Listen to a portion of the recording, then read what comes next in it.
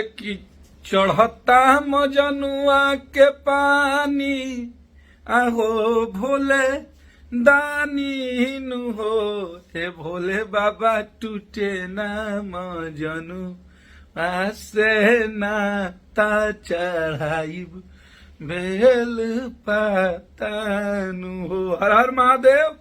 और आप लोग के बीच में हमने के टीजर आ गए। देखिए एक व्यक्ति इधर सोए हुए हैं जो कि खेसारी भैया के बहुत खास आदमी है। और एक टीजर आयल बा और वो टीजर के आप लोग इतना प्यार देते नहीं जाकि मात्र 4 घंटा में 1.5 लाख व्यूज में टीजर के गाना उतना ना जला जतरा हिट मशीन और कश्यप के टीजर जाता। तो ये प्यार आशीर्वाद आप लोग बनैले रही जा। कल गाना आइए उड़ा देवे के बाद धूल उड़ा के चुप हो जाए के बाद गाना के पहला झलक आप लोग देख ले बनी जाइए एकदम ना के बराबर हो।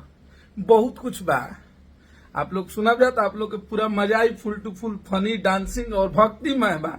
और ये केहू कुछ प्रतिक्रिया विवाद ना करी भैया ऐसे कि भोले बाबा के भक्त अड़भंगी होते हैं। वो भोले बाबा को मनाने गया है, भक्त अपना मांग रहा है, जो उसको मन में आ रहा है वो मांगते जा रहा है। भोले बाबा अपना किसिया रहे दे रहे।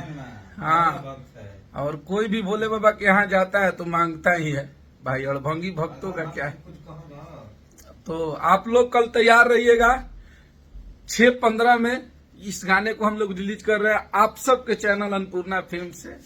और ये गाना के कल तना प्यार आशीर्वाद दे के भर दिए जानू कि मैंने हर जगह गाना कहीं चर्चा रहो। चर्चा ताजले चालू कर दिले बन आप लोग। तो ऐसा ही आशीर्वाद प्यार में नवले रही जा अपना हिट मशीन पे, अपना कश्यप पे, पूरा टीम खेसारी पे, पूरा हमनी का अन्नपूर्णा टीम पे। और आप सबके मोहब्बत आशीर्वाद प्यार मिलत रही तो हमने ऐसा ही मेहनत जारी रही।